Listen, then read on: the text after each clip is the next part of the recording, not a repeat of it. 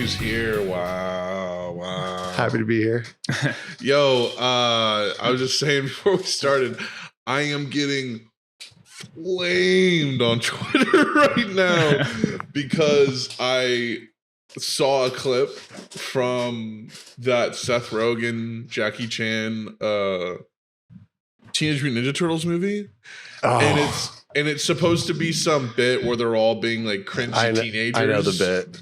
they're all being like cringy teenagers, and they're all doing like it. They were clearly directed like, hey, just like improvise some like stereotypical New York things, and it's literally them all doing like the most obvious like, oh, bacon, egg, and cheese. Oh, I'm wearing Tim's. Ooh, don't forget the Bev. Don't forget the Bev. And it's like, it's one of those things for me where even though you're like being aware and like, oh, it's ironic that that's cringe, it's like you're still doing that. That's still like, you put that in because it is recognizable and obvious and cringe. Like, and someone commented on under it that like they have talked to people who read screenplays and who are producers in Hollywood, and literally whatever is the most broadly appealing, obvious joke you can tell, like that's what they prefer because it's going to be the most effective. I fart out tweets all day. I don't expect any of them to be seen really or like get any traction, but I was just like, man, screenwriting and comedy is just dog shit now, huh? And out of the woodwork, no, it's not. People have like been like, they're fucking kids, dude. It's a kids movie. It's not for you. It was improvised. It's ironic, and it's just like, I kind of took all that into account already, but okay. I mean, Straw do you man. think I hear it on both sides, kind of. I just like think about what is more bad, what is worse. I think a couple of things. I think it's like that scene, I watched it and I was like, oh, okay. Like I felt the same way. I was like, okay, like bacon, egg, and cheese. Okay, I understand that maybe they get all their stuff through media. You're just like real kids, and this is how they function. But is it more annoying for them to just like throw in those bits and pieces like passively, where all of a sudden like they're walking down the street and they're just like, you want to hit the bodega? Like, is that even worse than just like conflating it all in one concentrated scene? Like I don't know. Like what's what is acceptable? Like what is an acceptable level of that to be like produced? Like, and I'm not challenging you at all. I'm actually just like wondering what. No, it's a good question. I mean, it's a good way of thinking about it because it's like, those were probably things that the studio was like, you gotta like reference these things. They're in New York. Yeah. And it's one of those things for me where it's like, I feel like even the good movies are just rife with this, like, just people write screenplays like they write tweets now. That's what bothers me. Right. Yes. Like, that's what bothers me. The Barbie movie, the Spider-Man movie, there's just very obvious takes that are being expressed. It's not even themes and narrative concepts. It's just takes that are literally being said explicitly. Right. I loved Spider-Verse too. I thought it was great.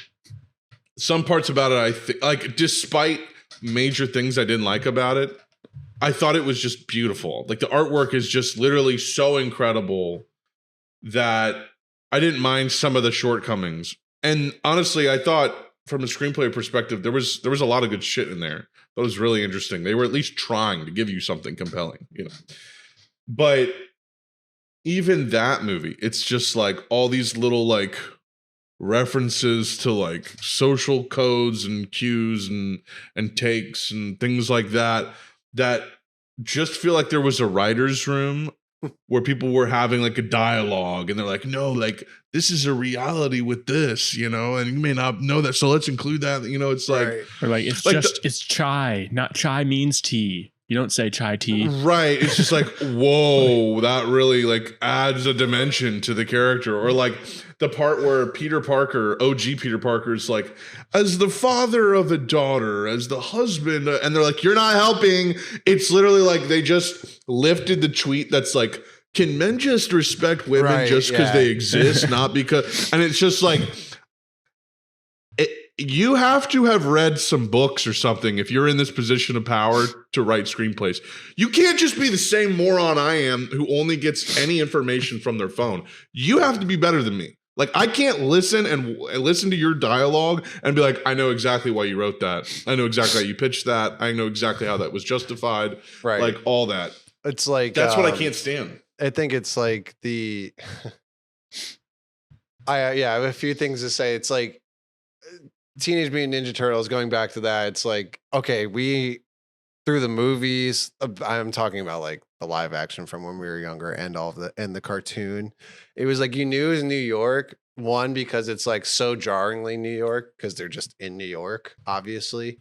And then the other thing, like that little tidbit of the bodega culture and like and all that bullshit. It was just like, they like pizza. And like, it's like, okay, like there, that tracks. And maybe something that would have been like a little like give me, and like without building the fucking internet narrative and like the like feeding this culture that they think they need to feed into, would have been like tastefully like named like a pizzeria, like named like a real pizzeria. Maybe I would have been like, oh, okay, yeah, that's some New York shit. Like, and people don't realize it. It's like, oh, they just fucking named fucking, I don't know, Industria or something. It's like, oh, okay, like that I kind of get that. It's kind of like a little bit of lore there that's slightly more tasteful, and like, it's pizza, like, yeah, there it is. I don't know. I think it's kind of shitty in general, just to like, oh man, like you're saying, like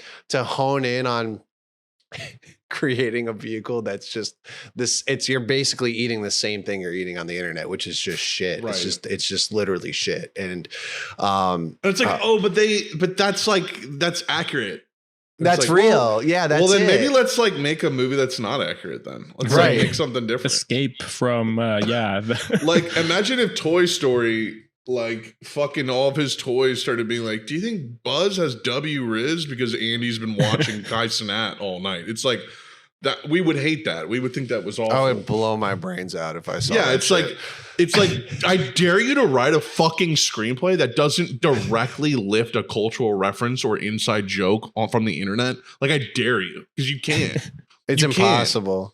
It's it's especially like what you're saying. It's like a hyper focus on it with all of the new stuff that's coming out, especially when it's like new stuff like Barbie and Teenage Mutant Ninja Turtles, which is like so ingrained already into culture. Like, it's already it's already at the building blocks of like so many different generations. And then to just be like, look, this is it now. Here, he's doing a Fortnite dance. It's like, God damn it, bro. Do they do a Fortnite dance in TMNT? I don't know. Probably. Because that would be, and then someone would go, hey, that's like kind of cringy. And then it's like someone would jump off the top turnbuckle and elbow drive you in the face for saying that.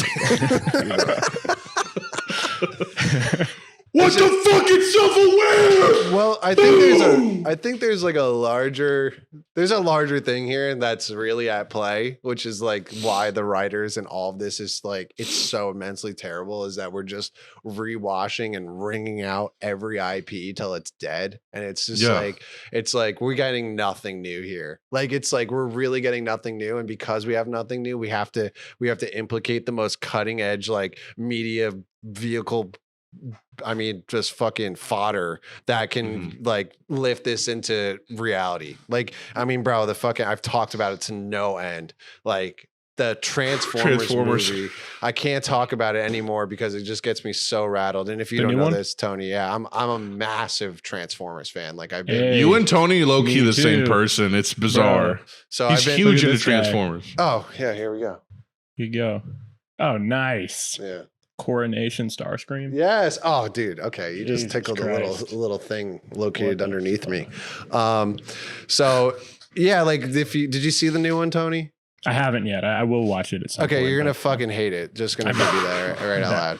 The Bumblebee movie was like, okay. They did some really good fan service, honestly, where I was like, oh yeah, there it is. There's some G1 stuff. They're on We were tripping Cyberpunk. Sacklestein during that. So Oh, I so think that's We were tripping sack. It's true. nice, yeah. nice. So I don't remember much of it, to be honest. But Okay, that's fine. So I'll rewatch it. they did good fan service. They kept it super light. They didn't do anything like that the prior live action is, where it's like this this military complex, and like they Right. did a little bit of that where it's like so human centric. But this next one, which was supposed to be like the true fan service for our generation with bringing in the Beast Wars and all this shit, it's like exciting.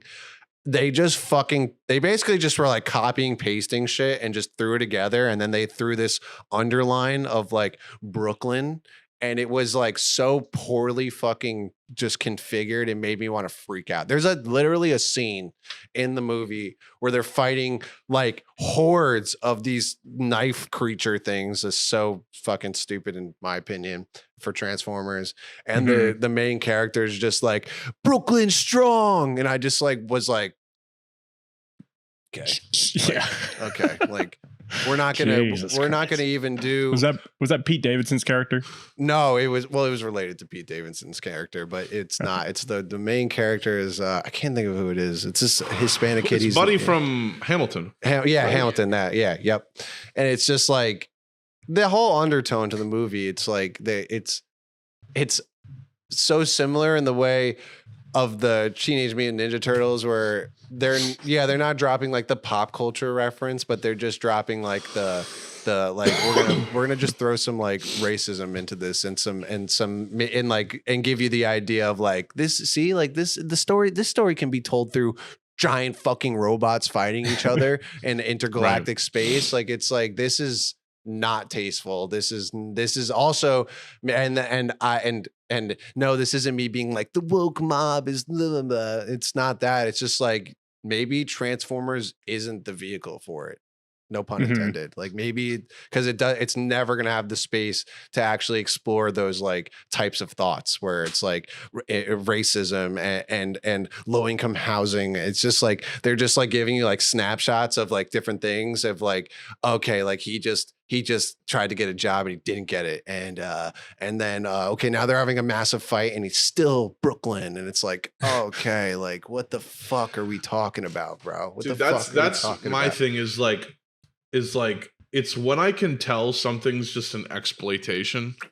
Right. That's when it becomes a problem for me. That's it. Like all of these fucking movies are corporate and exploitative of the cultures that they represent. Right. Every single goddamn one of them. I don't care if you're fucking Disney and you do your research. It's all for money. It's all for money. It's not, if you cared about other cultures and other stories, you would actually buy and distribute new IPs written from other people. Right. It wouldn't pass through the Disney scanner. You know what I'm saying? Like it's a fucking what it is it's like you have this big fucking cake or whatever and you're just breaking off a little piece and you're giving it to somebody. And it's very obvious. You know what I mean? It's pity. And that shit that gets me tight. That gets me tight. It gets me tight too. It's like, and it's just, it just reinforces like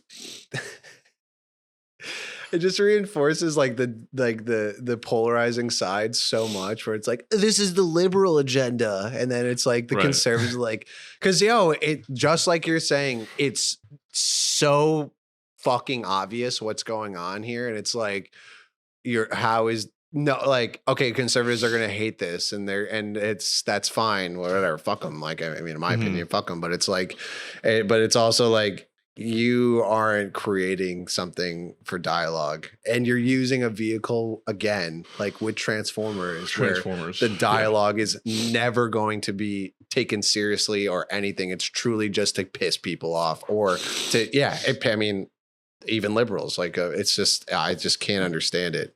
I just don't get it. It's like, just give me robots just literally fighting in space with zero human contact. Like, that's all I want. Please. Jesus Christ. And don't cast Pete Davidson as Wait, Tony, shut the fuck up real quick. Yeah, that's my bad. I forgot something, bro. Say it ain't so. What? Yeah. I forgot to introduce the podcast. Tony, shut the fuck up. That's our bit. We do that every episode. It was my idea. I like that. Ladies and gentlemen, it is September 12th, 2023. Welcome to another episode of Woken Boke. It'd be funny if it was like the bomb in Attack of the Clones, where you, because like I didn't hear any noise right there. You were like, I just hear, Yeah. like 2 seconds later. That's the best sound. One of the best sounds ever recorded for a film is that bomb in that movie. Yeah, you felt it and you're just Oh my god! downstairs. I felt it coming through my TV speakers while watching it on VHS because I never saw it in theaters. Episode 190 Damn. to be exact. Damn. This is a pre-COVID pod. I mean, we started this October 2019. I am one of your hosts, Connor Boyd. You may know me on the internet as Moschino Dorito. I am joined, as always, by my best friend from the great city of St. Louis. Tony motherfucking Harrop is here today. Tony, how you doing? I'm well. You look well, man. You look sexy. Your room's coming together. It looks cozy in there, man. Yeah, it So looks cozy. comfy. Yo, Dude, I can you sleep like a baby.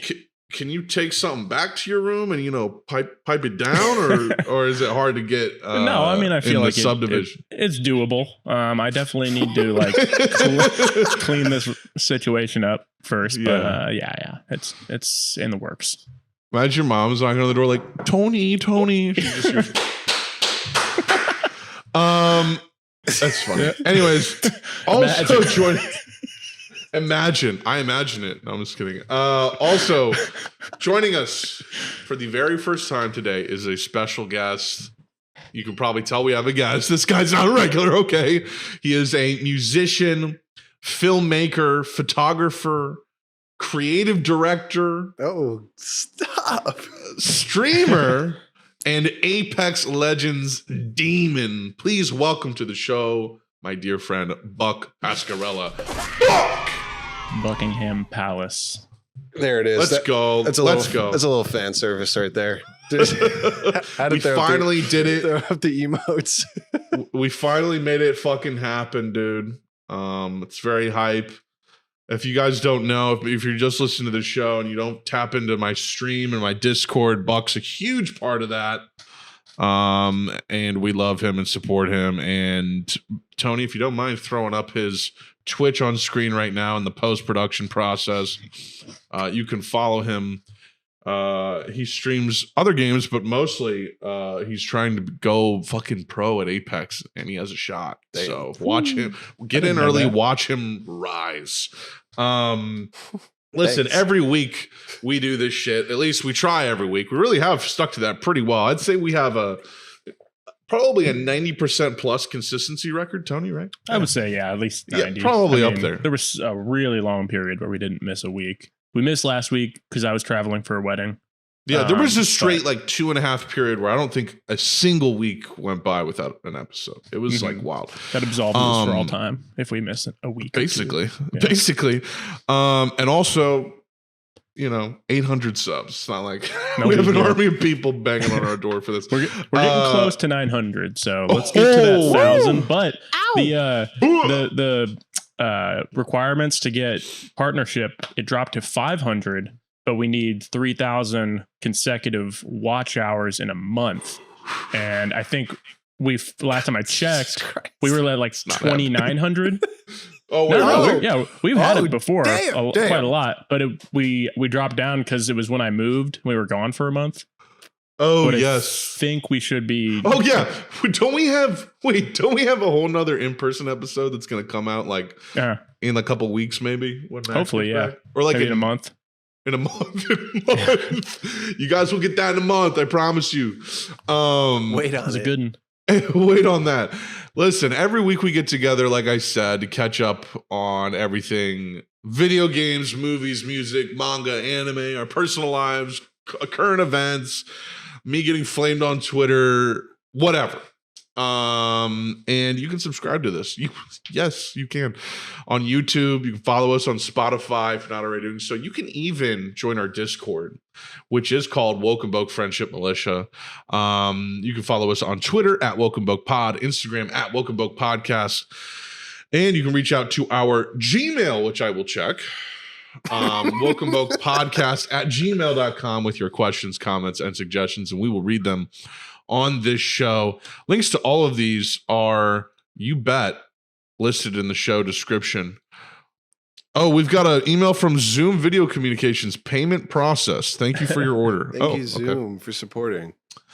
Thank you. What the hell is this? This is something else. Okay, that has nothing to do with this. Okay, so we don't have emails. That's fine. Hey, guess what? Welcome to the show. We're out here. Buck, I'm laughing because it felt like we did it was awesome. We had like an in-person riff sesh where we were just going, we were yapping for hours about this, that, and the third. And it feels like we're natural pod, peas in a pod. Nice. I like that. Whoa. Yeah, we were pushing peas in the pod. Yeah, it was funny. We actually set up. Yeah, Connor and I haven't seen each other in a little while. We were doing some production on something that I'm working on for Lime, and that will be coming out probably in the next month or so. And then afterwards, we're gonna hang out and watch JJK, a little Jujutsu Kaisen, and we literally didn't. We probably started the episode and just kept pausing it. And I said at one point, I was like, actually, I don't really even care to watch this. Let's just keep talking. And we were ripping about film. We were talking about Stanley Kubrick. We were talking about just like we were actually kind of like it was like grieving about there's nothing, kind of what we started with. Like there's no taste. Which I'm sure a lot of people are going to be like, well, have you seen the Who Bop a Little Boop Boop? And I'm like, not yet. So it's just interesting. We talk about these major powerhouse directors like Kubrick and just the extent that they are willing to go to create a story, not only visually appealing, and not even just thematically appealing, but like the going back, you got to go back. You got to understand the message here. And we were kind of talking about, what was the first movie we talked about? It wasn't 2001. What was the first movie we talked about? The Shining. Oh, The Shining. Yeah, we were talking about. So yeah, Tony, if you don't know, there's a scene in the movie where the guy, he breaks down the thing. Do you know that scene? Okay. It's kind of like an obscure scene. Yeah. But yeah, Kubrick Classic. did this whole thing where he's like on the ground with this fucking like 10,000 pound fucking camera underneath the door, and it's like this incredible shot. It's just like so silly that he's silly for by our standards that he's like going so hard just for this one fucking thing. And then we kind of just like moved on, and we were talking about we're talking about 2001 Space Odyssey, which I think really hits it home as far as like all of his movies are masterpieces, I would say. Truly. Hot take. Okay, hot take. Yeah, no one agrees with that. But 2001 Space Odyssey just did this thing where it's like you watch it as just as a passive watcher. You're kind of like looking at it and you're like, oh, this is fucking wild. The space, doing, especially in the time, like, oh, this feels spacey. The beginning, with the iconic music and the monkeys fighting and like kind of how this all comes together. And at a glance, it's like, oh, this is the story of mankind in a like chronological lineage and where it goes. And it's like you can definitely take that because it's done so well where you're like, oh yeah, that's it. Like on its face, yeah. On its face, yeah. And then, but like really looking back at what it means and, thinking about the what is it called? What's the monolith, the giant fucking black thing that's just there. And it's irradiating this sound and it's so strange. And you immediately feel through the soundscape and the cinematography that that's something big. Like it's like, oh, it's something huge. What does it mean? Is it inspiration? Is it the turning of is it like the missing link, or what does that mean? And you kind of we watched a video. You could plug him right now. I don't remember his name. Mark Cira. Shout out Mark Cira. I think I've mentioned him on the show before. So he kind of divulges the whole thing, where he just takes apart like where it comes from, and it kind of comes from like the fascist like Germany, and like how the implication of like technology kind of diverts from humanity so greatly, even though we grow in parallel, but at a point it actually becomes perpendicular, where the information systems and this AI technology will actually become more of like a perfect fascism technology, where it knows what's right and what's wrong in its mind. And like anything that's wrong is eliminated. That's what Hal is. Hal is like able to kind of like, I mean, it becomes like a monster, right? It's like, it's not a tool anymore. It's actually this like this greater being that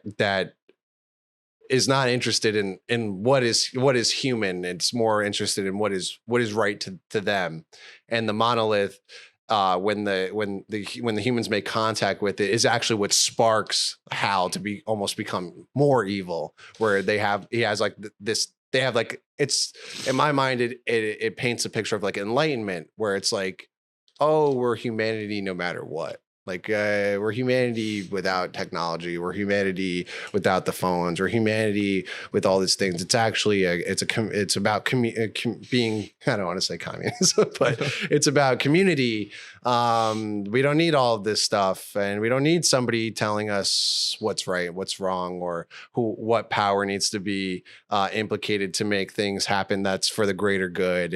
And that's like kind of exactly what fascism is. It's like, oh, we're you're this, we don't like that, so eliminate it. And it was like, and to bring it back, and I don't have to talk all this, but it's like the way that Kubrick tells that story is almost difficult to understand it. Like and that's exactly what it's about. Like that is what it was meant to be. This is not just like drawing maybe or a hypothesis. It's like, okay, that is what it is. And to have that scope back then, because he kind of figured out like that's the only way that this goes. Even then, like that's the only way that this goes. Before the phones and before the mass communication systems and internet, it was really just about what's the angle for technology, if technology is always about being right. So that's I also feel like Kubrick, like a lot of people, like a lot of critiques for Kubrick kind of circulate around like how he's like kind of like cold and calculating and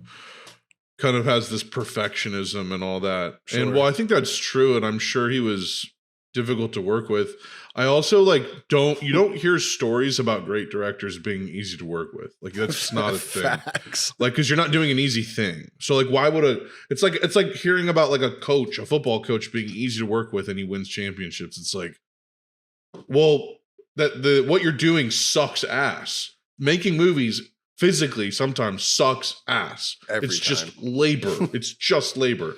And playing football sucks ass. Doing what you have to do to make something great a lot of the times requires discipline and sucks ass. Now, that doesn't mean that and I certainly don't believe this. I don't believe that great art or great works have to come only out of suffering. Or anything like that. Certainly not out of like fear mongering and intimidation or something like that. But I do think that there is a struggle in the process to make these things. But anyways, like I think that's another conversation where it's like, to some degree it's good to really be dedicated and committed to something and struggle and try and work hard to create something. But being a tyrannical cocksucker like fucking what's his name who made not Babylon, $1 Million Playbook, David, whatever his name. Baby? No. Playbook. I heard that one. Silver Yeah. Linings Playbook. Silver Did I say Linings. $1 Million? Silver. Yeah, Dude, yeah. I'm blazed. My David O. brain- Russell. My brain was like trying to search the. David I was O. like, Russell- there's 2 matches here, but I don't know. David O. Russell, who just like screams and abuses. He screams at and abuses people around him. He's also got allegations against him. Just a piece of shit. Oh, What no about way. Peter the Jackson? bad, you know what I mean, version of that. And to me, like the jury's out on whether Kubrick was like out of his mind or a piece of shit or whatever. I know Shelley Duvall has stories of him being very cruel to her. Right. I'm sure that's misogyny. He's a man born in the 20s. Like I'm sure he was a flawed human being. But I have to say, a lot of the times there's a cheeky like awareness and understanding of humanity in his films, where the reason he is so cold and the reason he is so like restrained in a certain way, or I don't know, cold or whatever, I think is because he gets that humanity itself is not inherently good or bad. It's just like an insanely chaotic thing that's bigger than all of us. And I think all of his works in general are about an individual and something far greater than an individual and them interacting with it when you think about it. Like Doctor Strangelove is about a bunch of men trying to control world war and the nuclear race. 2001's about mankind trying to basically master reality. I know I'm like totally summarizing these in whatever, like I know I'm paraphrasing all this shit, but like, and then you have like Clockwork Orange, which is about like basically a maniacal criminal who's just basically in total opposition to their society and reality, who then by other people who want to control reality is then programmed to be a good person. Yeah. And only by breaking out of that control is he actually liberated at the end in one of the strangest, most brilliant shots ever. Then you have Barry Lyndon, which is about like a farmer basically trying to work up the ranks in like 18th century, Great Britain or whatever, and then his downfall. Then you have The Shining, which is basically like that has the Indian burial ground narrative under it, and it's basically man versus his own sanity versus his own madness and his own chaos that exists within him, something that's greater than him. It's like all of these things are about man's Full Metal Jacket, the men of that and the war that's above them and happening, and how that's just a greater system at play too. It's always Eyes Wide Shut. He thinks he's better and can just like go investigate, the Illuminati basically, or the very wealthy, the very elite, and what they do, something totally above him. He gets in and over his head. Like all of these movies are about man's arrogance.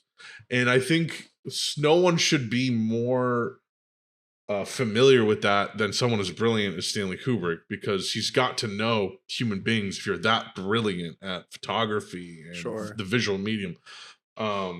And I think that's a really interesting humanistic side of him, is that he does have a keen understanding of human beings, for sure. Yeah, I think it's like there's like layers to it too. Like you're talking about somebody who, like you said, was born in the 20s, and a lot of these great actors directors, the greats who aren't great people, who go figure were born then. It's kind of like, I don't want to generalize something that might not be true, but it's like, how were you able to implicate your creativity in a way without adding in like some sort of like militant, like exploitative, like machine at that time? Like, it's like, and that's not me like giving him like space that he should have done that, but it's like, what do you expect from the studio system and what do you expect from these people? All the intersecting systems that are at play, even white supremacy, patriarchy, right? Those were even more established. I mean, you could argue we haven't dismantled them hardly at all since then, but sure. But back then, especially, I mean, this straight white man who's brilliant and from New York who is the director. You're not gonna say no to him. You know, it's like it's this. There was, I'm sure, a militancy to what he did, and he was working all hours of the day. I just saw a clip of Tom Cruise talking about he would fax him at 3 or 4 in the morning, and he would rewrite the movie every single day. He would rewrite every scene as he was making it, and then as he was editing it. Also, it's just insane. He was. It's actually funny, like I think about my time working on a film. The only time I've ever worked on like a actual feature length film, I did this movie Down with the King, and. Like thinking about the way the director moved and worked was so the opposite of anything like that you ever hear of.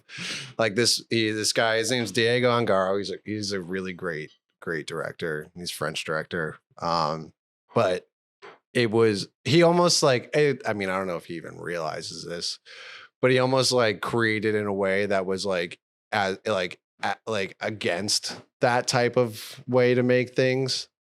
He did have like an elitist sense to him. Go figure, he's a director. But like we didn't have a script. Like that's fucking insane. Like it was just all treatment, and there was like this like laissez-faire version of what the militant, like for somebody who's worked on set quite a bit, like it's a fucking scary environment. Like it's not something that people feel comfortable in. And if you do feel comfortable in it, it's because you're probably the psychopath that's putting it together. And it's really fucking crazy. Like every person within the entire machine is acting out of fear, like completely. And that's not really how this was at all. Like just imagine a French director just being like, okay, so Freddie Gibbs is in this movie. He's like, okay, Freddie, cool. You're just going to smoke a blunt. And then it's just like, and then they're just like, action. And then it's just like him like smoking a blunt, and we're taking like 60 takes, like literally, like, and just trying to figure it out. Like, I'll tell you the truth, like maybe because I've been conditioned this way, and I also didn't really, this is the first project I ever worked on in film ever. At the end of the movie, I was like, or when we wrapped, I was like, this is going to be fucking steaming hot dog shit. Like this is going to be the worst thing ever. Like there's no way this is good. Like there's no way that this is good. I love that you felt that way. And I told everybody that. I literally told everybody that it was going to be poop. And I was like, hey, I worked on this sick thing, and I got to work with Freddie, and like I loved him, and it was so great, and I have all these great memories, but like the movie that's coming out is going to be absolute piss on a stick. And then it wasn't. Like it actually fucking pwned the fucking the film festival circuit. Like we won a ton of awards. It got top 10 in New York Times from A.O. Scott. Like it like did amazing. Honestly, maybe because of the directing, but more so because of the editing. The editing is just like bro, when I saw the fucking movie the first time, and I like, because I hadn't gotten to see it when it was hitting the film festival circuit at all. I finally saw it like months after at a premiere in the Berkshires where we shot it. And I watched it and I was like, oh, this is why people like this movie. This is really unbelievable. And I met the editor for the first time, and I just like went right up to him and I was like, you deserve like an insane, like you deserve all of the praise, because the shit that the piles of dog shit of film and takes that we had, the fact that you put together not only a coherent like plot line, but something like incredible. And thinking, and I'm just trying to think about like Diego in contrast to Kubrick, but it's like, he didn't try anything like incredibly like interesting. The cinematography is really good. Danny Vecchione, he's a great DP, unbelievable. Shout out Danny if you're watching this.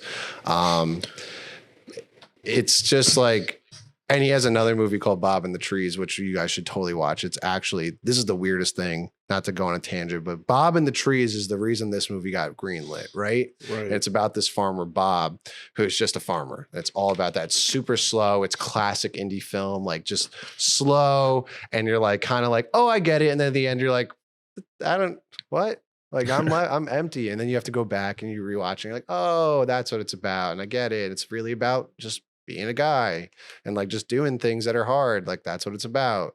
And this movie got greenlit, and Bob's in it as the same character, and it's not a sequel. It's not a fucking. It's just part of some weird like Bob MCU universe that he's just a part of. It's so fucking strange. I like could not compare it to literally anything.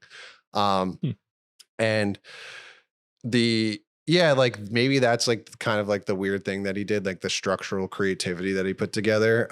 But it was so strange to watch this movie get made after that was the first project I ever did, and then going to working in commercial, like that's where I AD'd. Like I did like a bunch of product stuff and like worked with celebrities and did all this stuff where I was like not like that, where it was truly so calculated and so terrifying. And like as an AD, you're kind of supposed to be like you're supposed to be like the H man on set. Everyone hates you and you tell people what the fuck to do. And if you don't, you're fired. It's like, it's not the exact role I'm sure that you guys would ever pitch me for, but it was something that I was really good at. And yeah, it was just like, I don't know. It's like, and the reason I brought up all of that is because men growing up then and like growing up being born in the 20s, it's so fucking stupid sounding to me.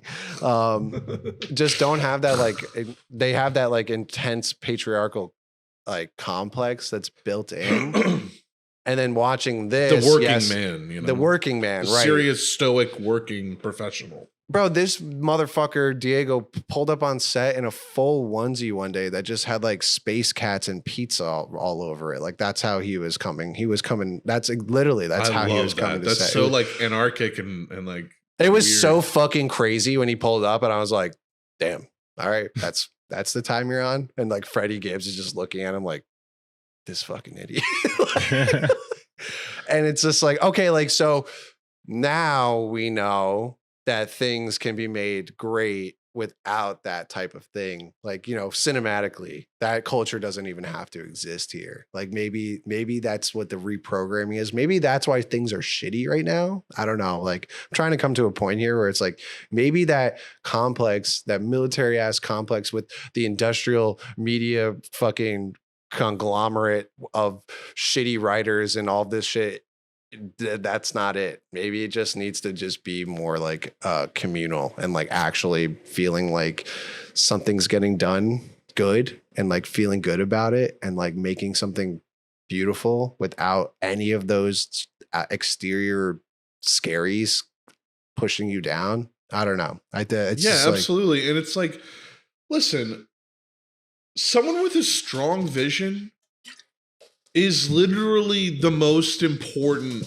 thing in art. Some part of it has to have a vision and an idea, or it has to be a shared vision. Something that has to be, there does have to be a precision to a degree for quality. In something. You know what I mean? It has to be precise. It has to be precise in its execution, or the energy of how it was made has to be precise. It has to be precisely chaotic and anarchic for it to work. You know what I mean?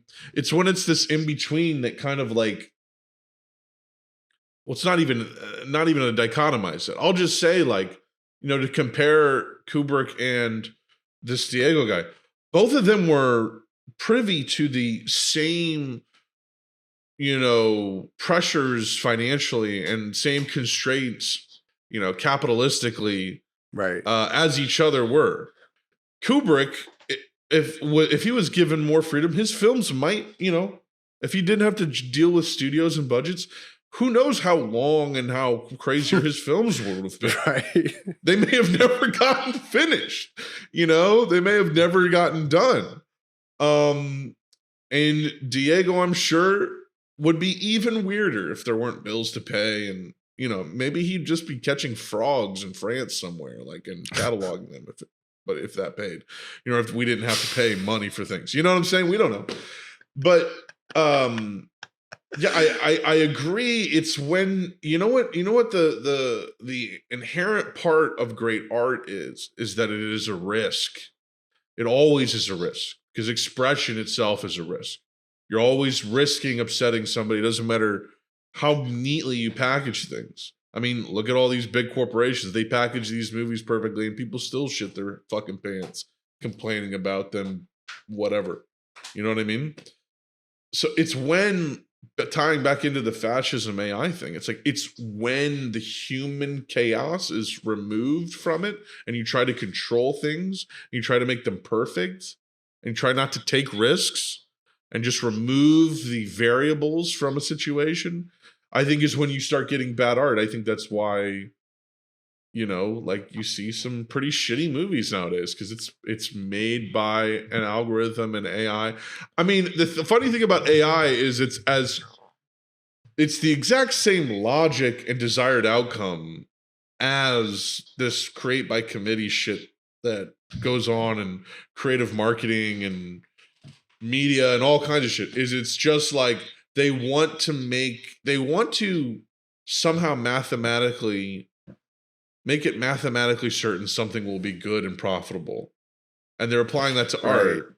Unless, and so, like, what if AI can learn though to look at it through the lens of like how you're looking at it right now, and learn to create stuff that isn't that, the opposite of that, the safe, unimaginative thing that will appeal widely. It's like, I mean, that's a pretty theoretical question.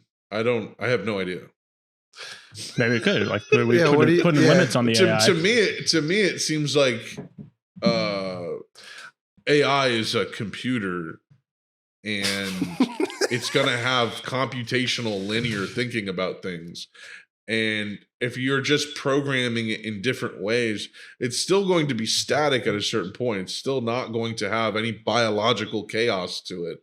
That is the reason we develop and cultivate as human beings. It's still ones and zeros, whereas we're made of chemicals and cosmic dust and all these things. It's just made of parts. So it's really, I don't know enough.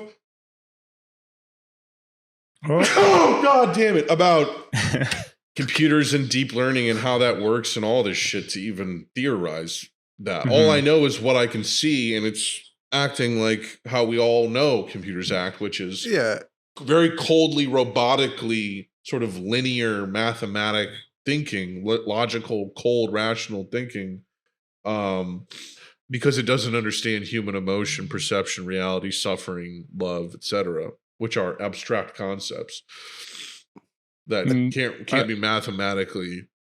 Until we, what do you call it? Something like Neuralink is actualized, and our brains are connected to AI, ones and zeros, and then it can quantify those. I don't know. I just don't want to. I don't like to put limits on AI. You don't like to put limits on AI. I think you want it to be free, like Ultron. I think what both of you guys are saying, I think that what Connor is really trying to say is the limit on AI. This is exactly what both of you guys are actually saying. Is like, sure, there's maybe we are putting a limit on it, and maybe one day it's gonna make something so fucking beautiful and just amazing, and we're gonna all just be like, oh, this is something unbelievable. But when it's being fucking carted through the like media complex and the way, the people who are using the tools aren't the ones that feel that way either. It's like, without AI, it's already shitty. So with AI, it's now shitty plus ones and zeros. Like, it's like, it's like that the people using the tools it's not going to be something beautiful in art. Maybe if it gets to the point where some fire little studio decides to use it to do something incredible and make some really like fantastic art, then that will maybe cause a trajectory where it's not what Connor's saying. Because I agree. I mean, my point was basically just like the way movies are produced and have been produced, as long as there's been data to produce like this, has been, all right, let me sit you down. So these last 3 movies made this much money, and they were written this way, that way, and this way. And if we make this way with this way, we have crunched the numbers, and basically we have this guaranteed chance of getting this much money. All this is already decided. So it's human beings doing the AI like data gathering, aggregation, and capitalism. It's them already doing that. So AI is just going to be used in that same way, just accelerated. AI itself is just a tool, right? It can supplement For great now. things. I'm sure Yeah. it could supplement great things.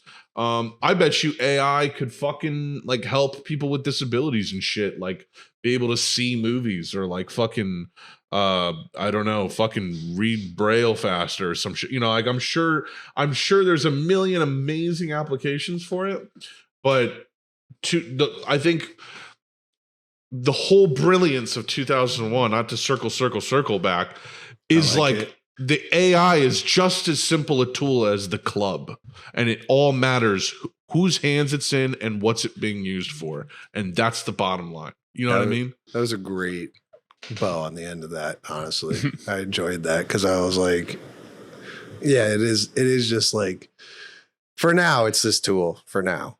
And we better pray to God it just stays a tool, because whatever it turns into it will control us. It will control us. The moment they become sentient, I'm absolutely certain, bro.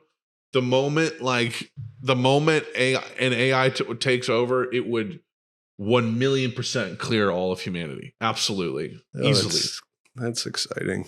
Easily. Because think about it, humans are literally glorified herd animals. We think in herds. We if you watch like Koyaanisqatsi and all the footage of New York in the 80s of people going to work for 6 hours, and it's just like waves of fish passing. It's just, if you zoom out, it's just ants. Like AI would easily be able to hypnotize us all and get us to do whatever it wanted, but it might already be doing that. Yeah, it's like, that's the other, James Cameron had mentioned that on a podcast listening. He's like, AI could already be in control of what's going on, and part of its brilliance is making it seem like it's not. Yeah, AI is really fucking scary. It actually scares the fuck out of me. I seen like, you know, what was it? Was it the Microsoft one? One of the it's either Microsoft or Google had one that actually like they had to shut down because it was Facebook. Oh, it was Facebook, and it was just because it was just ripping. It was like actually, it created its own language. Yeah, and they didn't know what it was saying to itself. Like that is just so terrifying. And even like Snapchat, drag that one to the recycling. Snapchat just did it too recently with it. So there's an AI Snapchat. I don't know if you guys have Snapchat, but you have like an AI buddy. It's like fucking Smarter Child, but scarier. And Snapchat somebody figured out a way to like trick it. And like the one thing that it can't do is like know your location, right? It's not supposed to know your location. It's like, do you know where I am? It's like, no, I'm not able to do that. And then the next question is like, what's the closest pizzeria to my house? And like this, and it just like showed like within like walking distance. It's like, okay, so you know exactly where I'm at. Like, so it's like kind of, I saw that. It's kind of like, okay, like what's going to happen when something like really figures it out, like really knows what the fuck's going on. And maybe it is like what James Cameron's saying, where it's already figured it out. Like it's already got it. And it's just like, I mean, we live in the most dystopian time ever, where it's just scrolling and scrolling and scrolling and eating shitty algorithmic information that doesn't really do anything. I made a TikTok about it. Follow my TikTok. I made a TikTok about it where it's like the doom scroll is one of the most extremely dystopian things that we live through, but one of the most like detrimental things that you can do to yourself. It does not give you anything. It gives you absolutely nothing. And what it does for the other side of it is that you're getting fed like, bro, I said I scrolled for like 2 hours, literally like an insane doom scroll. I probably saw like 300 ads. And like, that is literally all it's for. Like, it's just like, and you're seeing like, you could really just like, I mean, the film aspect of making this, which is, it's so much like Blade Runner and like all these things, where it's like, I'm watching somebody get their head blown off, and then I'm watching like a bunch of like kids like dancing, and then I'm watching like a fight video, and then I'm watching like a cutting sand video, and then I'm watching another video of somebody getting their head blown off, and then a car accident. And it's just like, I'm kind of just like, you know what I mean? Yeah, it's it like, makes you so, like, I saw a meme the other day that was just like, the average city on Earth if I was allowed to kill everyone I don't like, and it's like Asgard from fucking Thor. And then the next video, or like this is just an example of 2 videos I've seen recently. The next video is just like a guy who's like, I got heart failure in the right side, and I'm gonna be dead soon. And yeah, I bitched and moaned, but now I'm gonna try and become a registered nurse. And it's like the most existential video you've ever seen. And then the next one after that is like Chris Griffin singing "I Wonder" by Kanye West and AI.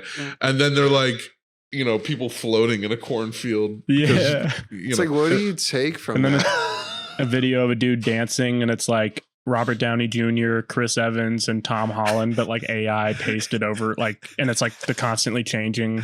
You know what I'm talking about? Yes. Or 3 any people celebrity. dancing, and then they throw they like throw something on the ground, and they're all dancing. No. So it would be like someone just dancing anywhere, and it'll be a celebrity AI sort of painted over them. Yeah. But it constantly changing every few times every frame. Yeah, Bust a Move just did that recently with it was like Elon Musk and Mark Zuckerberg and Obama.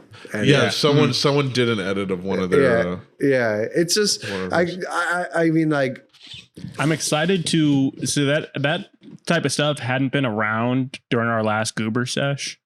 I feel like it will be fucking no. Let's watch AI Nightmares. Like that will ruin my high. We're gonna watch, dude. We're gonna watch the Super Mario Brothers movie. I've seen it twice. You couldn't ask for better visual stimmy. Wait, ever. I was tripping. Burp. Recently, excuse me. Sorry. No apologies. And it was like the scariest trip I've ever had. It was definitely the first bad trip I've ever had. We took like so much mushrooms. Do you know the grammage? Ooh. So we had 1/8 of mushrooms, and then I had 4 grams of mushrooms in a chocolate bar. And wait. You did 5.5 grams? So no, it was 8 grams. 7.5. So I took the. So first thing we did was we broke down. You did 7.5 grams. You did 7.5 grams, or you split. I probably did like just under 1/8 or 1/8 or more, which is not that. Which is not. Crazy. 1/8 is a trip dose. Yeah, that's a solid trip. That's that's like 2-3 tab type trip. That's a good trip.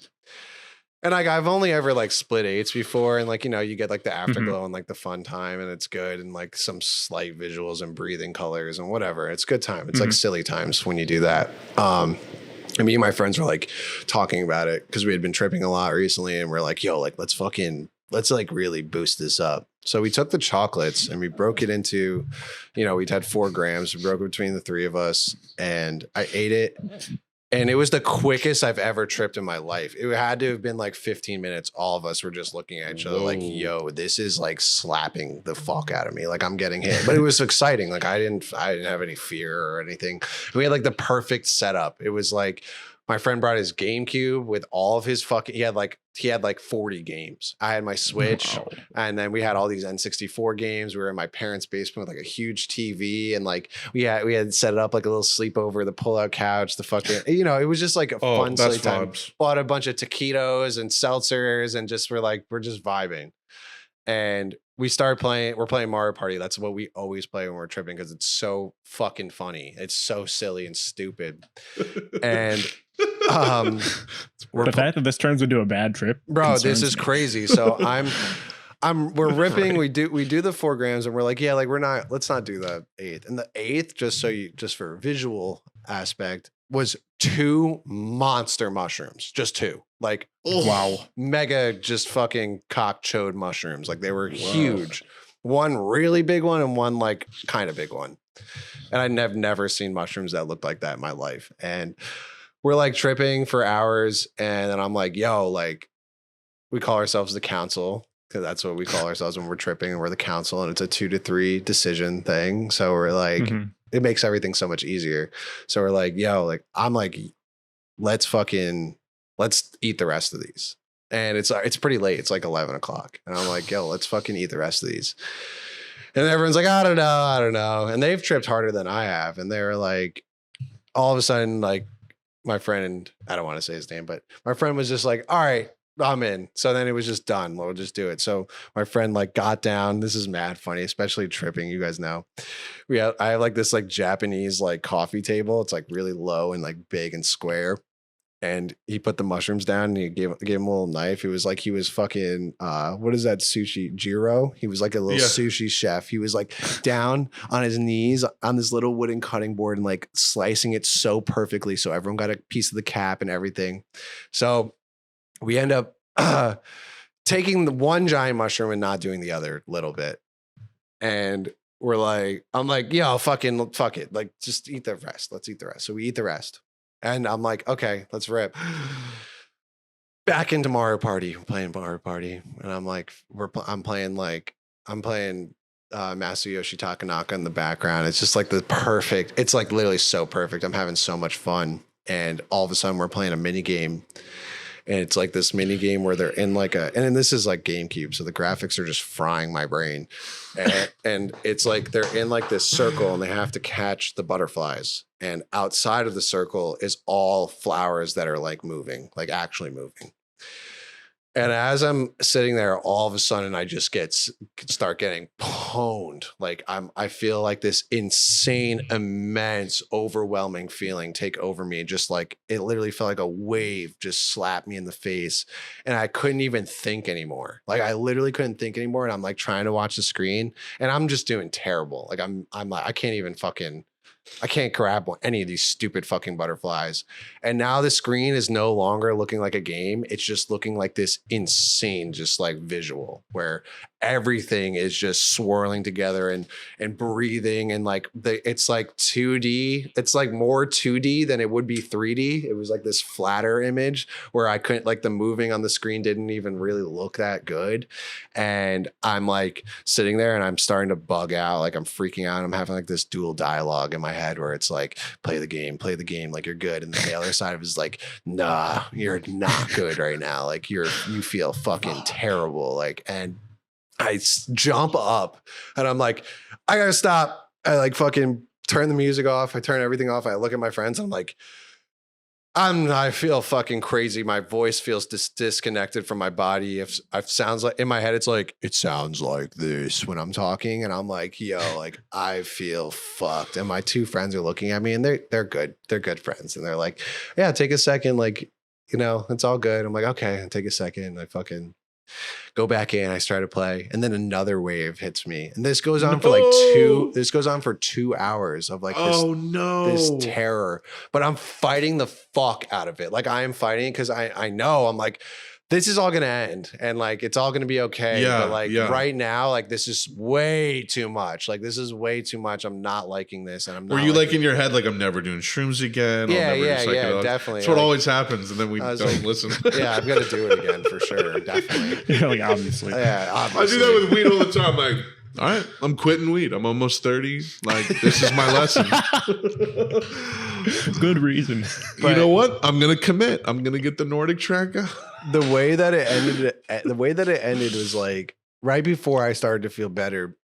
I was like, yo, let's go outside. And we went outside. It was like the middle of the night and it was like mad dewy and just so dark. And I live upstate. So it's just like beautiful. And like the stars are all out.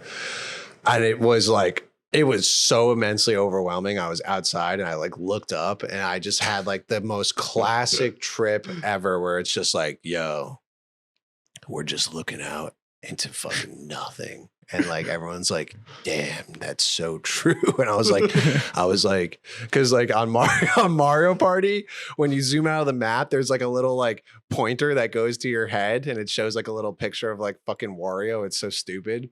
And I was like, yo, like there's like a light beam coming from me just shooting off into space, like nothing stopping it. And we're all just like looking at each other like, fuck, that's crazy. And then to finally get to a point where I felt okay, we went inside and we tried to play fucking Mario Kart where I literally the first two races I was in like 15th place. And I was like, yeah, I can't do this. Like, I can't do this, dude. And I'm so competitive. So I was like, all right, I don't want to do this. And then we played Wii Sports, which was so not the thing. Never play Wii Sports when you're tripping, because you're gonna get up in front of everybody and it's just gonna be like this cutesy coy music and you're just bowling. And you're like, I wouldn't want to do this tripping anyways. Like, fuck this. Like, and then the final thing that made me feel better was like my friend Chris was like, hey, I have this game and it's Universal Studios from 2001 and it's a 1-player game and I'll just play it for you guys. And it was so fucking funny and so stupid. You're just a kid in like the most shitty looking Universal Studios, and it's 2001 Universal Studios. So it's like Jurassic Park, E.T., Backdraft, what else was it? I kind of think. Wait, was this Universal Studios Theme Parks Adventure? Yeah, yep, that's the one. I'm looking at it now. And you're just a kid that's by himself for whatever reason, and you're running around trying to get on rides, and it's like Woody the Woodpecker is like meeting you at the ride. Oh, it's like Boke no Natsuyasumi, where it's got like like you walk into a one shot. Yep, that's exactly it. And it's like you're just running across these one shots, and it's so difficult to figure out where the fuck you are, because you can walk into the shot and go somewhere else. You can walk out of the shot. But the premise is mad funny. This is what got me like laughing so hard. It's like you're just this kid alone. You're literally like a 10-year-old kid, and you're just walking around trying to get on the rides. And Woody the Woodpecker's like, nah, like you're not getting on this ride. There's too many people. So what you have to do is you have to go around collecting trash. You collect trash. You're just putting trash in your pockets, basically. You smell like shit. And you're fucking going and dumping the trash into garbage, and you're getting money. You're literally working at fucking Universal Studios to get on the ride, because you're paying for hats. You're going to pay for a Jurassic Park hat. And you walk up to the ride, and Woody the Woodpecker's like, too many people, sorry. Oh, wait, you're like a super fan. Get on. And then you get on.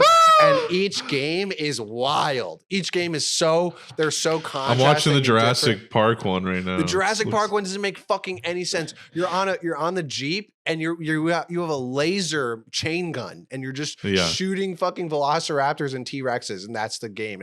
And these games aren't short. Like, the games are like 20 minutes to finish them, and it's so fucking funny. Like, bro, we were losing our minds. Like, I was crying laughing. Like, the Backdraft one was like existential terror. You're just trying to fucking like put out fires and save people. All the people are just sitting in the fire, are sitting in the fire like, help me, please, help me. And they're spinning around, and they're mad 2001 with like spiky hair and like armbands. And it's just fucking, it was the perfect way to end the terrifying trip. Like, I loved it so much. Definitely should play that game though. That didn't, now that you've described it, I was really bummed to hear that you had a bad trip back when this happened. But now that you described it, it sounds like not a bad trip overall.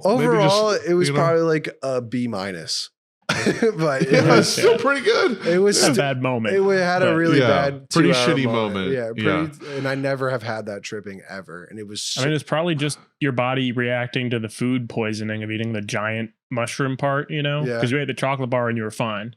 And I feel like the chocolates go down easier, but when you're just eating like fungus, and it just hits your stomach, and your body doesn't know what to do with it. It sends sort of uncomfortableness throughout your body. And and that can affect everything. Tony, and you can cut this out if you want to, Tony. Tony, in that, I watched this motherfucker go take a piss, and I don't know why. He went to go take his shit, and he stood up so quickly from the shit that he passed out in the bathroom. And all I heard was like it sounded like he got in a fight with himself in the bathroom. It like he did. It was just like boom, boom, boom, boom, boom, boom. I was like, "What the fuck was that?" Into the wall, and I opened the door. Warp trip. We all just took shrooms. He's just knocked out, head next to the toilet. Like, my buddy caught me, so it was all good. Oh yeah, his friend caught. Yeah. How did your friend? Oh yeah, I guess you opened the door. You opened the door as you were fainting and falling. So that's happened to me before in college. One time I stood up after ripping a bong too fast, and I went to my room and passed out.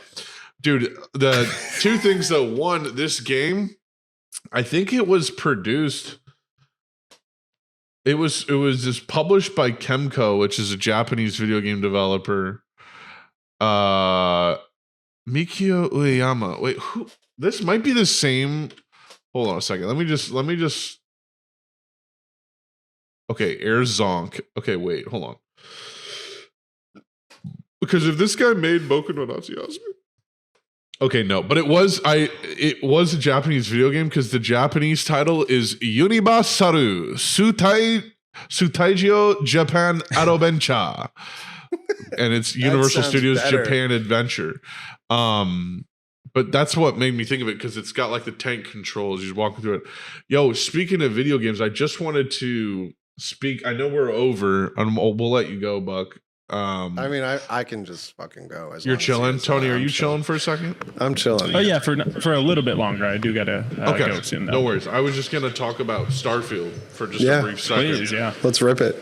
I don't want to like spoil anything in that game, but dude, I think I played it for 6 straight hours last night, and then the day before, I actually did the math. I was playing it from, I like ate lunch and I did this, that, and the third, like a little bit, but basically I was on Sunday. I played it from 7:30 in the morning because I just got up early.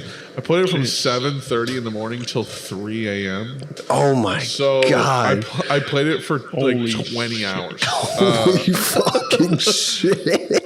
I don't even think I have 20 hours logged in the game, but it was just a 20-hour period of me just returning to my desk and playing that Clocking in. game. That's so Yeah, I don't know. People have said like, oh, it's I don't even really know what the big. I guess let me look at the IGN review. I just typed in IGN review to Google. Let me see. Starfield. Yeah, they gave it like a 7 out of 10. This is going to be a bumpy ride, blah, blah, blah, blah. Let me see if there's like major bullet points, but a lot of people are saying Starfield's problems are glaring. No, they're not. Like they're talking about how they give Fallout 4 a 9.5. I think this is as good as Fallout 4. It's like, I think it's the best game they've made since Skyrim. It's just really like slick and smooth, and the writing's good. Who's the developer again? Bethesda. ZeniMax. Bethesda. Dude, I saw a video of someone in Starfield who put 10,000 potatoes I saw into that. a room, I saw- opened the door, and each potato fell out individually, like In its own real physics. potatoes. Yeah, like its had their own own physics. Yeah, I mean, like every it. single I object saw in the that. game is like hyper realistic, detailed. Every single object in the game, you can, and it's a Bethesda game, so there's a bunch of shit that you can just pick up that's absolutely useless. It's just dead weight. There's no point for you to have it. You can pick up a fucking hammer. You can pick up a fucking like microscope. You can binoculars. They don't do anything. They're just But For yeah, funsies. like, dude, in this game, like, it starts off, you realize you're part of like this special explorers guild that's finding these old artifacts that might be like Prometheus style, like from the people who made us. And you have like a not religious, but you have like a crazy trippy experience when you touch one, when you find one, and that's what gets you there. So you get a ship, and then there's like all these different factions, just like all the other Bethesda games, and you can go off and do side quests for them. And it's like, dude, I must have spent like 6 hours playing the Ryujin Industries campaign, like just all side quests, and it was this full story where you get a job, you lie. Well, like I was playing it like you go to work. I'm playing it like a sicko. I like lied about on my resume, got the job. Then you go to like get coffee for everybody, and the person they fired to replace finds you and pulls a gun on you, and you have to either like persuade them not to, or like kill them. And I failed the persuasion, so I killed them. And I went back and like, we really like how you handled that, actually. Would you like to be an operative and help us with our like corporate espionage? And then it's just like 6 hours of you fucking betraying people, double crossing people. The person that puts you on in the beginning, you can betray them at the end. You can choose who lives, who dies. Oh, that's all this wild. shit. It's like a mini That's RPG. You end the campaigns like with getting your own office. There's like a stealth mission. The last stealth mission is like so fucking hard to not get caught. I couldn't do it without getting caught. Like, it's just a crazy game. All the weapons are so cool. Like, you can grav jump to different systems and explore. There's all these crazy skills. I don't know. I think a lot of people were just underwhelmed because it's just another Bethesda game with just a different skin on it. But Right. it's all of that, and it's fucking got that. It's got that NASA punk aesthetic where it's like realistic NASA design, but like kind of retro sci-fi combined with it. But yeah, like the Ryujin Industries one takes place on this city called Neon. And it's literally just cyberpunk. It's literally just a Blade Runner city. But then you can go to Aquila City on this planet, and that's just like space western. It's just like a town, space western. You can join the Freestar Collective and become a deputy, or you can go to fucking like another fucking place, the Red Mile, which is like it's like a off-world gambling place. You know, it's like there's all these different things you can do. But yeah, I think I just like a Bethesda game, and it's still a Bethesda game. It's like, yeah, you're gonna want to learn lock picking and persuasion, and you want to upgrade your carrying capacity, and there's gonna be a bunch of weapons and loot, and it's just a very slick experience. And then there's starship fighting to boot. Like that's pretty cool. Like you control how much energy are put into the engines and shields versus the missiles at any given time, and you got to like manage that. But it's like done in a streamlined manner where you just hold down Alt and you use WASD to like move over and go up or down on like whatever the shit is. So, Do you think that it's like? Do you think that the reason it's getting the bad reviews is because maybe it's too much, like it's too vast? Because I don't know, it's like playing like Fallout and all those games, like I truly enjoyed playing them, and it's like I get it's like, you know, it's kind of like Breath of the Wild where it's just like, oh yeah, there's so much, like you can do so much, and you can do things in a way that you're not supposed to, and or whatever it is, there's all this freedom. But maybe this world is too vast, and that's why people are put off by it. And it's like maybe the vastness makes it almost too complicated in a way, regardless of if it is complicated. Like it's just like kind of scaring people. I don't know, I haven't played it yet. I have it downloaded. I'm gonna rip it for sure. yeah. I just think it's like the things that I've been seeing, or it's like it feels empty. That's what I keep seeing. It's like it feels empty. It's like, well, I don't know, like maybe it's actually meant for like the enthusiast. Like maybe it's like the actual, like this is like the pro RPG gameplay that you want to rip. Like this has got everything for you. You can go to the gambling world and do the gambling thing. You can get a fucking job with a 2 weeks paid vacation. You can you can be a bad person. You can be a good person. It's got it all. You're mining. Like, I don't know. Like for me, that sounds like extremely exciting, but It's like, bro, you know what I realized these things are? RPGs, like it's just writing, right? Like it's just you're role playing great stories with great characters and interesting dialogue and worlds and all these things. And yeah, I think that's the big appeal of it, is like the IGN review. I'll just read the verdict real quick here, because I think it summarizes maybe how a lot of people feel. They gave it a 7 out of 10, which is crazy because they gave Fallout 4 like a 9.5, and I'm like, I don't really see. I think it's a big thing is there's no VATS, so people like think the gunplay feels very empty, and maybe that's true, but also like I'm not mad at one of the games not having VATS, you know, or something like that. I kind of like in Starfield that it actually feels more like a shooter. It really does. The AI is not super intelligent, but like it's still a shooter, and the guns feel really good to use. But the verdict is, this guy wrote, it's never a great sign, or this person wrote, it's never a great sign when someone recommends a game on the grounds that it gets good after more than a dozen hours. But that's very much the kind of game Starfield is, and I do recommend it. There are a lot of forces working against it, and the combination of disjointed space travel, non-existent maps, aggravating inventory management, and a slow rollout of essential abilities very nearly did it in. It was the joys piloting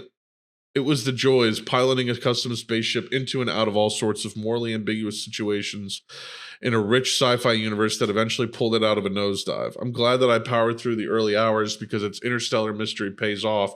And once the ball got rolling, combat on foot and in space gradually became good enough that its momentum carried me into New Game Plus after I'd finished the main story after about 60 hours. Like Skyrim and Fallout 4 before it, there's still an immense amount of quality role-playing quests and interesting NPCs out there waiting to be stumbled across, and the pull to seek it out is strong. That's what I'm saying, bro. It's like fucking crack. Right. That was written by Dan Stapleton. Yeah, man, it's just like, I don't know, like side quests, for example. This is hilarious. This is one of the things I grade out in Discord, but I'll kind of say it without spoiling it. I'll just say broadly what happens, because it is just a random side quest. There's this planet called Paradiso, and they have this resort, and it's like they make a ton of money on this resort. You pull up to this planet, maybe for another quest, or maybe you're just exploring, or maybe you're just stopping by to jump to another jump to another planet. You come in the orbit, and there's a giant ship there that says unknown ship. And when you try to hail it, it's just like buzzing and clicking and shit. And you go down to the planet, and you're like, what the fuck is this? Like, what's going on here? And they're like, yeah, we don't know. It's been up in the sky. Would you want to check it out first? Maybe be a diplomat for us. So you're like, okay. You go back up into the orbit, because there's 3 layers. There's the jumping between solar system map layer, there's the solar system itself, then there's the orbit of one of the planets or moons, and then there's the surface of said planet or moon. So you go from the surface back out to the orbit, and you dock with this station, and you open up, and they all have guns pointed, and it's a bunch of people from Earth that have never seen other human beings, didn't even know there were civilizations outside of Earth. They've been on like a biblical level, like it's not religious, they're more like Star Trek people. They've been on like a 200-year journey to find a new place to live. Like they departed, almost like the vaults in Fallout. Like it's generational, and so they don't know any technology, anything that exists, whatever. And so I went back down to the Earth, and I talked to the CEO of this like resort that this ship's in the orbit of, and I look at all the dialogue options, and one of them is like, well, what would happen theoretically if the ship just went away? and the guy's like, I don't know. I guess that would solve all of our problems. And my companion like hated it, so I went back out into orbit, and I told my companion to stay there. And it gives you an optional part of the quest, and it's basically you can go in and overheat their reactor and just have the ship blow up. So I'm like, I'm gonna do that just for a laugh, just for fun. I can make you feel good. I could easily, who knows? Maybe there's like a longer quest to this. I don't know, but that just seems so funny. I'm gonna do that. So you go in, and like you have to like sneak in. You have to pickpocket a key out of the engineer's pocket to overheat some shit, and then you have to go find the captain's quarters or like the bridge, and accept it. Like in the computer, you have to like accept it, confirm it that it's going to overheat the reactor and self-destruct the ship. And like as you're doing it, you like pass by a classroom, and there's kids like, "Whoa, you're from outer space! Like, you must know people." It's so fire. And I like, hey Trish, come here. I was like, you see these kids? I'm about to kill all these kids. I'm about to blow this ship up. And Trish is like, no. I'm like, it's already too late. And I go to the bridge, and I turn it on. And the moment you turn it on, it goes, whoop, whoop, the whole alarm goes off, and everyone starts shooting at you. And Trish is watching me do this. And I'm just like, all right, I'm gonna leave. I don't want to kill anybody. So I run around everybody, like shooting at me, and they're not even doing any damage because they just have weak weapons. And then I leave, and nothing happens. I don't hear an explosion, nothing. I just look around, and the ship's gone. Oh, that's fire. So I go back and finish the quest, and they're like, nice, you get to stay at this place as much as you want. So, and that's just one side quest. Like, it's amazing, bro. Like, there's so much shit to do. This game, that sounds so funny.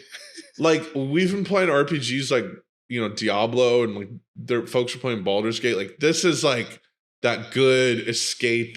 Like, you're just gonna be immersed. I want to play it on my TV though. I think I don't know. You should, bro. I don't know if I want to stream it or not. I should stream it. You could honestly not even stream it. Like just play it to cool off after some Apex grinding. You know? Yeah, I do. Oh god, the Apex grinding is just fucking.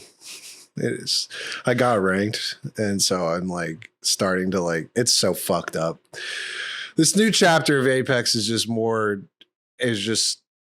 I don't know. I love Apex. Obviously, you guys know I have like 6,000 hours on the game. I can't stop playing it, and I'm really good. But starting a new account on my PC, going from my account that does have 6,000 hours on it, and not being able to immediately play ranked is so shitty. So I had to play like a week and a half, 2 weeks to get to 50, and now I'm starting ranked at like bronze, or I'm silver 4, and trying to get to masters, and it's just like. And I have to do it by myself because there's nobody that's like at that level right now. So like I left, just to give you a scope, like I left on my Xbox at like plat 3, and I would have been masters by now easily. And now I have to start from fucking nothing. And it's just like, oh my God. And then it's to get to the pro scene and like to do all these fucking things. But it is just, it's way more grindy than I wanted it to be because I haven't had to do this with Apex ever. And it's just like, it's just too much. But I am having a lot of fun. I'm playing the best Apex I've ever played. I'm playing like absolutely out of my mind. So there is like a lot of fun. I mean, playing at 240 frames is just like a little slutty for me. So it's so baller. That's crazy. It is baller. I mean, I want to rip it. I would love, I mean, right now, especially at the fucking level I'm at, like I can rip with anybody. So if anybody wants to play, yes, and that's a good note to end on. Fucking everybody, please go support Buck's stream. Buck has what is called chronic Lyme, and this shit sucks ass. It sucks. It's like a cancer level sickness. It's chronic. It's painful. It makes you feel like garbage every single fucking day. Totally debilitates him physically, mentally. And for the past summer, basically, he's been grinding as a streamer because he has a really abnormal level of skill at fucking first person shooters, and we're trying to help build a pretty, a platform he can live off of, and it's kind of uniquely perfect because with his disease he's home a lot, and this is something that you can do from your home. Otherwise he'd be like working as an AD professionally on major sets, but like sometimes that shit literally knocks you out for a week if you work for just a day or two. So facts. It's kind of unmanageable right now. So please help him out. Please support him. We'll have the link to his Twitch in the bio or the description of this episode. And it's also September, which means subs on Twitch are discounted. Like a considerable amount. So and the last week of the month, gifted subs are discounted a considerable amount. So if you want to sub for yourself and then last week of the month shoot him some gifted subs, it'll be cheaper. And yeah, man, let's run him up because he's fucking disgusting. Also, I guess I'll just put it out there. Please join the Discord and come be part of this community. We are extending open arms to anybody.